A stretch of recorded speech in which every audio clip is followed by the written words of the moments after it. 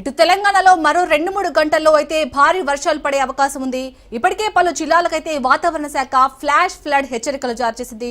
Right, ఇక ఇదే అంశానికి సంబంధించి పూర్తి డీటెయిల్స్ మా ప్రతినిధి మధు అందిస్తారు. మధు, మనం చూస్తున్న మార్నింగ్ నుంచి పంట నష్టం అయితే చాలా ఎక్కువ మొత్తంలో నమోదైంది. సో ఇప్పటికైనా ఏవైతే ఫ్లాష్ ఫ్లడ్ అలర్ట్ చేసిన జిల్లాలు ఉన్నాయో వాటిలో ముందస్తుగా ఎలాంటి చర్యలు చేపడుతుంది ప్రభుత్వం?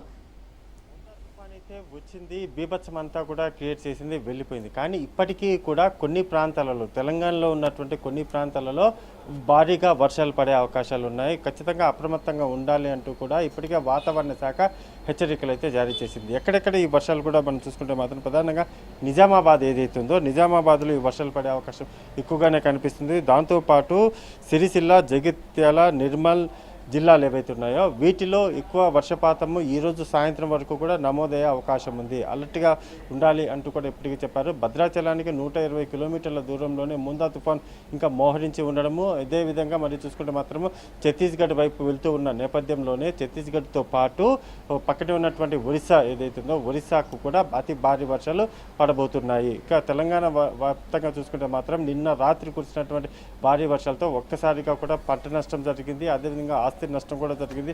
ఎక్కడా కూడా ప్రాణ నష్టం అయితే ఇప్పటి వరకు కూడా నోట్ కాకపోవడంతో ఇక పూర్తిగా కూడా ప్రభుత్వం ఏదైతే పంట నష్టం జరిగిందో దానికి సంబంధించినటువంటి వివరాలన్నీ కూడా ఆరా తీస్తున్నారు. కానీ ఇంకా కూడా వరదకు సంబంధించినటువంటి వివరాలన్నీ కూడా ఇంకా ఉన్న నేపథ్యంలోనే అతి భారీ వర్షాలు పడే అవకాశం ఉంది. ఉన్న నేపథ్యంలోనే ఏవైతే ఇప్పటి వరకు ఉన్నటువంటి ప్రభావిత ప్రాంతాలు, అంటే వర్షాలు బాగా పడుతున్నటువంటి ప్రాంతాలు ఏవైతుందో వాటిలో వర్షాలు అయితే తగ్గిపోయాయి. తెలంగాణలో అయితే వర్షాల సంఖ్య నిన్నటి వరకు చూసుకుంటే మాత్రం హైదరాబాద్లో భారీ వర్షం పడింది. నిన్న ఈరోజు ఎర్లీ మార్నింగ్ నుంచి చూసుకుంటే మాత్రం వాతావరణం ఒక్కసారిగా మారిపోయింది. నార్మల్ సిచ్యువేషన్ అయితే హైదరాబాద్లో కనిపిస్తుంది. కానీ సరౌండింగ్స్ ప్రాంతాలు చూసుకుంటే మాత్రం ఎక్కువగా నిజామాబాద్, నిర్మల్ ఏవైతే ఉన్నాయో వీటిల్లో ఈరోజు సాయంత్రం వరకు కూడా అతి భారీ వర్షాలు నమోదు అవ్వబోతున్నట్టుగా అయితే వాతావరణ శాఖ చెప్తుంది. ఇది అంతా చూసుకుంటే మాత్రము వెదర్ చాలా కీలకము. సూర్యుడు అనేది నిన్నటి వరకు కూడా ఎక్కడ కనిపిస్తుంది. కానీ ఈరోజు హైదరాబాద్ మహానగరంలో చూసుకుంటే మాత్రం ఒక్కసారిగా వెదర్ అంతా కూడా మారిపోయింది. ఫ్లడ్స్ అనేది ఉన్నప్పటికీ కానీ, అంటే లోతట్టు ప్రాంతంలో వరద నీరు చేరినప్పటికీ కానీ వాటన్నిటిని ఎప్పటికప్పుడు క్లియర్ అయితే చేస్తున్నారు. తెలంగాణ రాష్ట్రానికి ఇంకా కొన్ని ప్రాంతాలలో